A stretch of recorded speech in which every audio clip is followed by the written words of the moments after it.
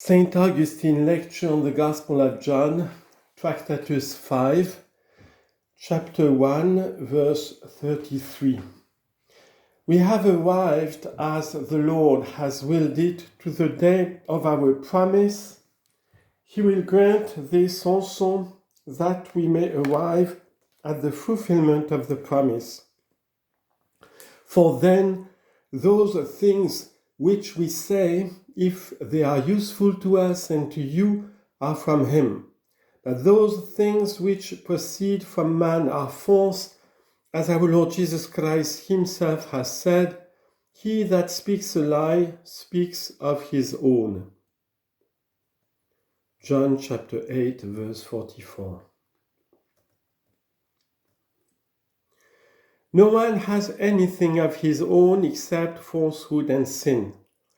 But if man has any truth and justice, it is from that fountain after which we ought to thirst in this desert, so that we, being as it were bedewed by some drops from it, and comforted in the meantime in this pilgrimage, we may not fail by the way, but reach his rest and satisfying fullness.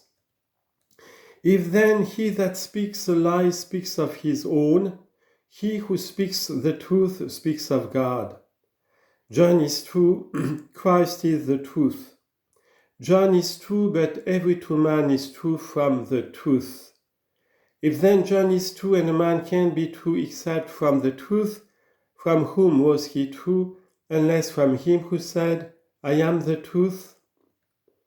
John chapter 14, verse 6. The truth then could not speak contrary to the true man, or the true man contrary to the truth. The truth sent the true man, and he was true because sent by the truth. If it was the truth that sent John, then it was Christ that sent him. But that which Christ does with the Father does, and what the Father does with Christ, Christ does. The Father does nothing apart from the Son, nor the Son anything apart from the Father. Inseparable love, inseparable unity, inseparable majesty, inseparable power, according to these words which he himself propounded, "I and my Father are one." John chapter 10, verse 30. Who then sent John? If we say the Father, we speak truly. If we say the Son, we speak truly. But to speak more plainly, we say the Father and the Son. But whom the Father and the Son sent, one God sent, because the Son said, "I and the Father are one." How then did he not know him by whom he was sent? For he said, "I knew him not." But he that sent me to baptize with water, the same said unto me, I interrogate John, "Who sent you to baptize with water? What did he say to you?" Upon whom shall you see the Spirit descending as a dove and abiding upon him? The same is he which baptizes with the Holy Ghost. Is it this, O John, that he said to you who sent you? It is manifest that it was this. Who then sent you? Perhaps the Father. True God is the Father, and the truth is God the Son. If the Father without the Son sent you, God without the truth sent you. But if you are true because you do speak the truth, and do speak of the truth, the Father did not send you without the Son, but the Father and the Son together sent you. If then the Son sent you with the Father, how did you not know him by whom you were sent? He whom you had seen in the truth himself sent you, that he might be recognized in the flesh, and said, "Upon whom you shall see the Spirit descending as a dove and abiding upon him, the same is he which baptizes with the Holy Ghost." Did John hear this, that he might know him, whom he had not known, or that he might more fully know him, whom he had already known?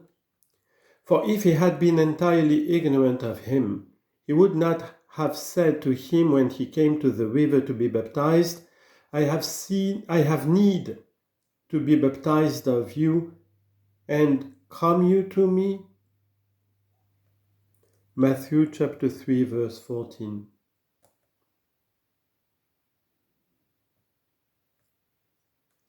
He knew him therefore. But when did the dove descend? When the Lord had been baptized and was ascending from the water.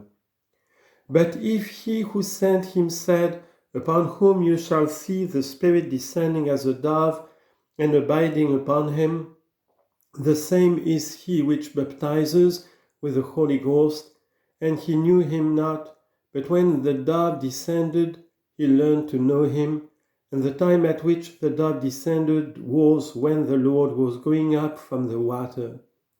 But John had known the Lord when the Lord came to him to the water. It is made plain to us that John after a manner knew, and after a manner did not at first know the Lord. And unless we understand it so, he was a liar. How was he true, acknowledging the Lord and saying, Come you to me to be baptized, and I have need to be baptized of you? Is he true when he said this? And how is he, again, true when he says, I knew him not, but he that sent me to baptize with water, the same said unto me, Upon whom you shall see the Spirit descending as a dove and abiding upon him, the same is he who baptizes with the Holy Ghost. The Lord was made known by a dove, not to him who knew him not, but to him who in a manner knew him, and in a manner knew him not. It is for us to discover what in him John did not know and learned by the dove.